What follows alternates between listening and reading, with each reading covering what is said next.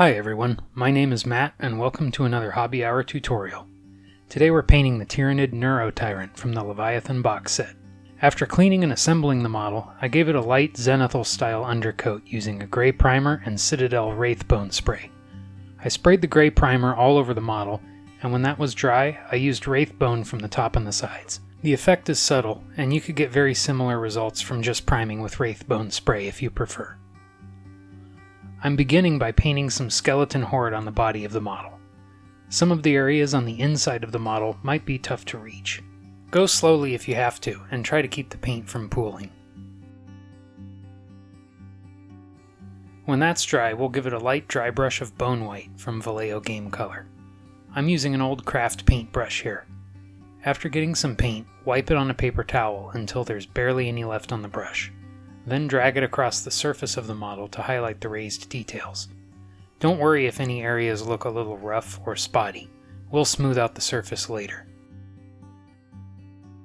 Next, make a mix of 3 parts Fleshtone's Red and 1 part Black Templar, and apply this mix all over the scales. Just like with the skeleton horde, it may be a little tough to reach some of the areas on the inside of the model. Go slowly and carefully and try to avoid making any mistakes. Work on one section at a time and try to keep the paint even and avoid pooling.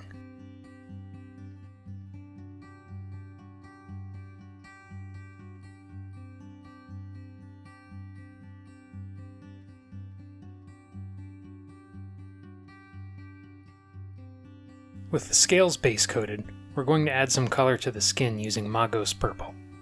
Magos Purple is a very transparent color, which is great for glazing and blending. Apply some paint on the bottom half of the tentacle, then quickly rinse off the brush and dry it on a paper towel. Take the clean brush and soften the edge of the purple paint. Work your way around the model and paint the Magos Purple on the tentacles and the hands.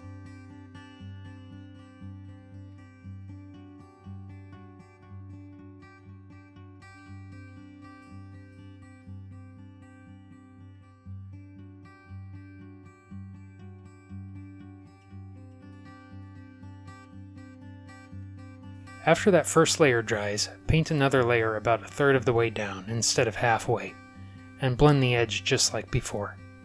The color will get more vivid with each layer, so add as many as you like. I think I painted around 4 layers.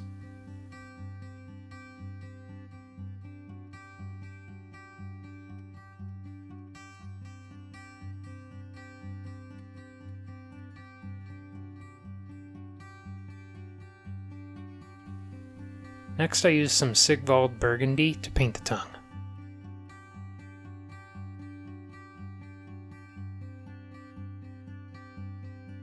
I painted these tongue things with Cadian Fleshtone. In hindsight, I should have just base coated these with Skeleton Horde at the same time as the rest of the skin.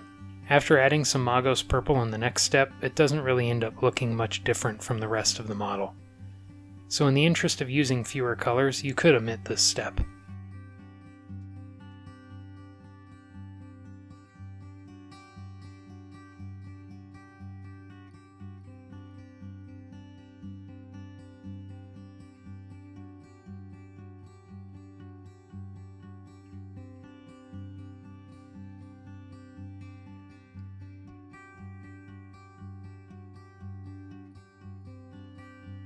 Using some Daemonette hide, I base coated the brain areas. There are a couple reasons why I used this color and not contrast paint for this step. Number 1, I'm not a fan of the contrast purples. They just aren't vibrant enough for me. And the second reason is time. Contrast paint needs a very light undercoat in order to work properly, and the dark red I used earlier spilled over on some areas. It's much quicker to just paint this purple base coat than it is to try and cover up the mistakes with white.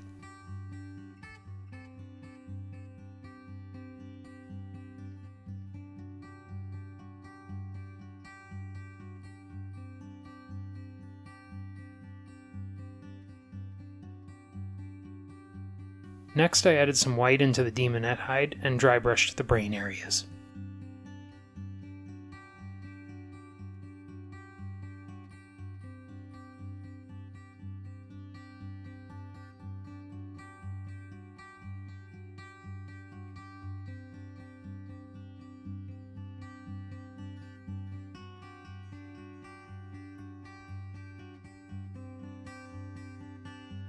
The center part of the brain has a different kind of texture, so I decided to make the color a little different. I mixed some Cadian Fleshtone into the Daemonette hide and base coated those areas.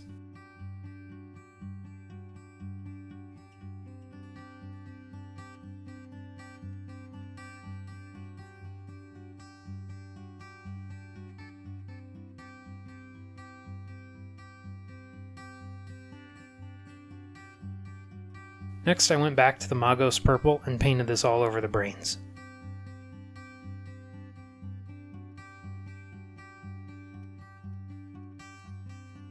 For all the claws and teeth I used a mix of 4 parts Black Templar and 1 part Incubi Darkness. The Incubi Darkness adds some opacity and color to the Black Templar, which will provide a nice base coat for the highlights later.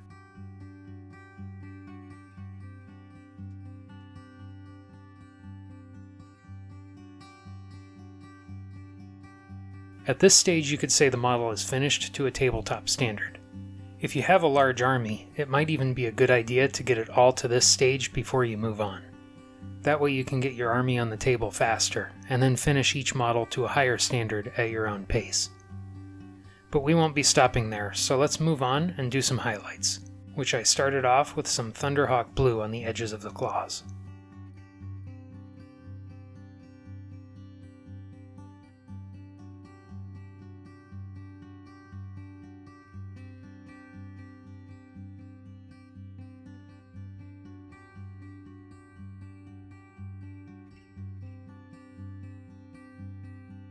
After that was dry, I used some Fenrisian gray to highlight the top edges and the corners of the claws and teeth, followed by a few dots of white on the teeth.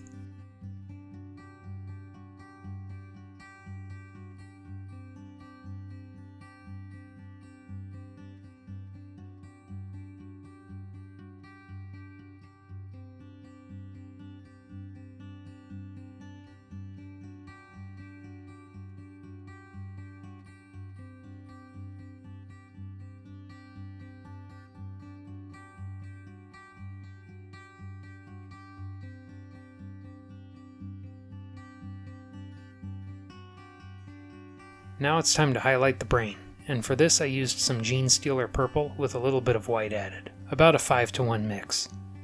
I'm keeping these highlights near the center of each section.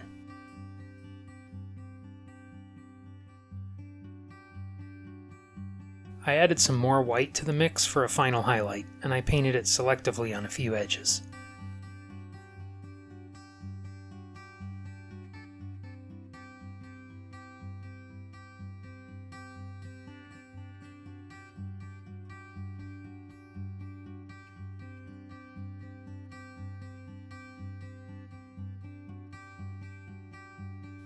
For the center part of the brain, I took some Cadian Fleshtone and added it to the previous mix of Genestealer purple and white. I thinned this mix with water and applied some glazes, focusing on the raised areas and edges.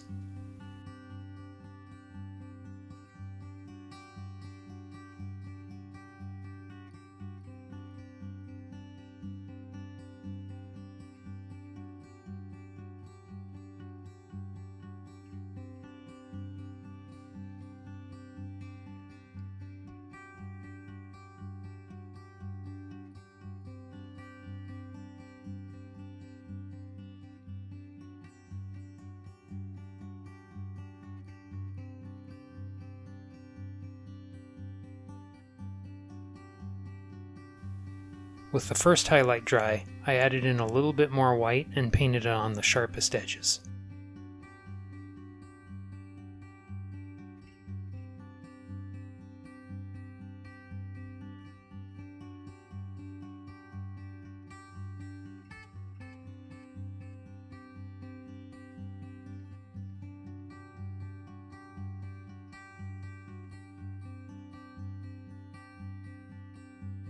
Next is the most time-consuming part, which is highlighting all the scale armor with Evil Sunz Scarlet. The scales on this model have some more complicated shapes compared to the other Tyranid models, and figuring out where to place the highlights might be a little tough. You might find it helpful to jump ahead in the video and check out the finished model, or you could reference the box art.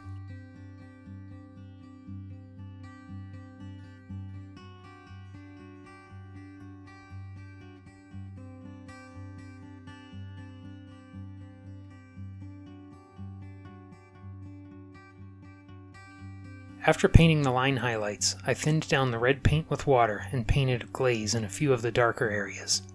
Since the base coat will have a lot of variation in tone, you may want to do more or less glazing than I'm doing here. Paint it wherever you think the armor needs it.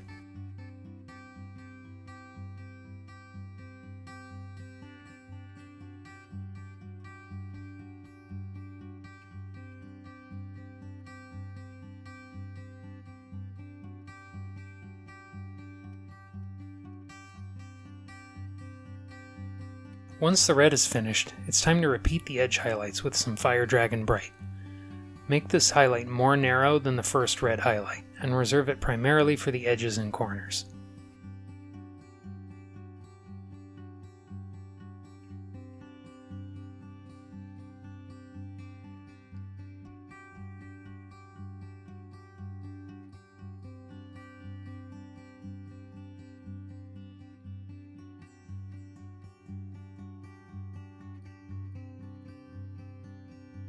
It's time to smooth out any roughness on the skin with some Bonewhite from Vallejo Game Color.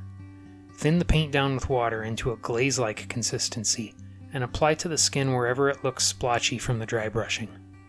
I'm also applying it as a highlight, going about halfway down the tentacles.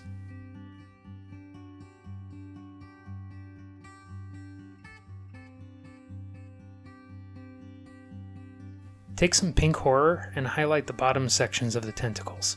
On a long cylindrical shape like this, I like to imagine a line going along, almost like an edge, and paint my highlight there. It's not terribly realistic, so to speak, but it's pretty effective.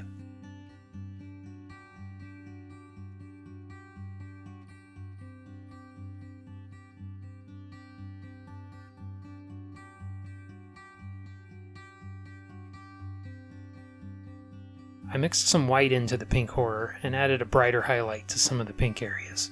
Apply this one sparingly.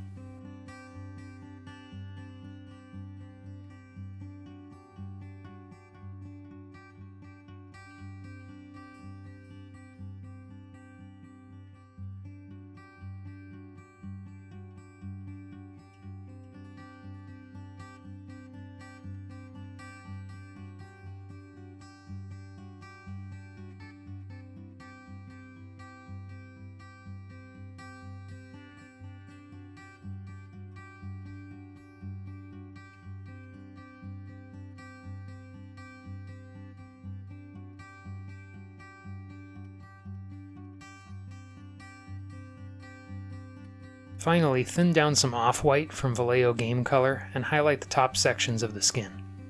Apply this highlight pretty sparingly, just like the pink areas.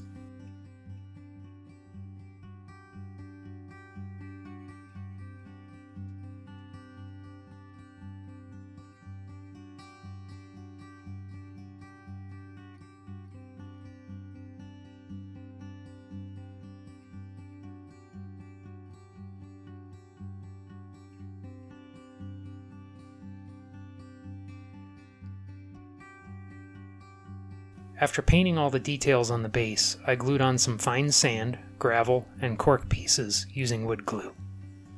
When that dried, I base coated the sand with Rhinox hide, followed by a heavy dry brush of Mournfang brown, then a lighter dry brush of Balor brown, and finally a light dry brush of Bonewhite. The rocks were painted with Dawnstone, then given a wash of Agrax Earthshade, and then dry brushed with Dawnstone, followed by a mix of Dawnstone and Bonewhite. I painted the rim with Mournfang brown, and then applied some patches of static grass with superglue. And here we have the finished Neurotyrant model. I really liked the addition of purple in this color scheme. I think it adds a lot, and it makes me want to include it in more of the Tyranid models in the future. If you liked the video, please click the like button below, and don't forget to subscribe. I have lots of new content in the works, with a new video each Wednesday. Thank you so much for watching, and until next time, happy painting.